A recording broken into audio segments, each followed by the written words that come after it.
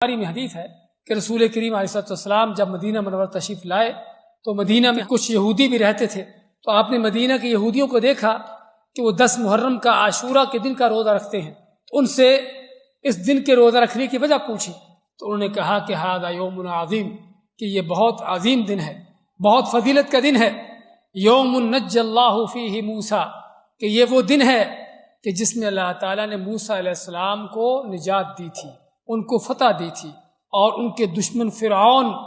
اور اس کے لاؤ لشکر کو تباہ کیا تھا، غرق کیا تھا۔ تو یہودیوں نے کہا کہ موسیٰ علیہ السلام نے اللہ کا شکر ادا کرتے ہوئے اس دن کا روزہ رکھا، اور یہ ہے اللہ کے بندوں کی سنت، اللہ کے نیک بندوں کا طریقہ کہ اللہ کی نعمتیں ملتی ہیں تو اس پر کوئی ناچ گانے نہیں چلتے، اس پر کوئی بدماشی بدکاری نہیں کرتے، بلکہ اللہ کا شکر ادا کرتے ہیں۔ تو موسیٰ علیہ السلام نے اللہ کی اس نعمت کے ملنے پر اللہ کا شکر ادا کرتے ہوئے اس دن کا روزہ رکھا، 10 محرم کا۔ تو یہودی کہتے ہیں کہ ہم بھی موسیٰ علیہ السلام کی اس سنت پر چلتے ہوئے اس دن کا روزہ رکھتے ہیں۔ تو آپ نے کیا فرمایا؟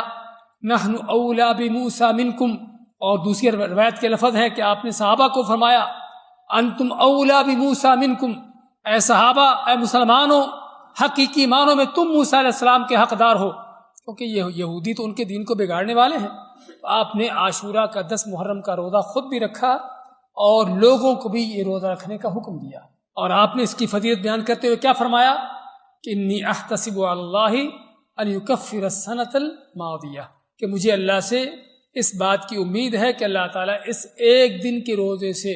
سابقہ 1 سال کے گناہوں کو معاف کر دے۔ تو یہ عاشورہ کے دن کا روزہ کہ جو آپ نے خود بھی رکھا، صحابہ کو رکھنے کا حکم دیا، اور پھر آپ نے فرمایا کہ اگر میں اگلے سال زندہ رہا تو 10 کے ساتھ 9 محرم کا بھی روزہ رکھوں گا، کس لیے؟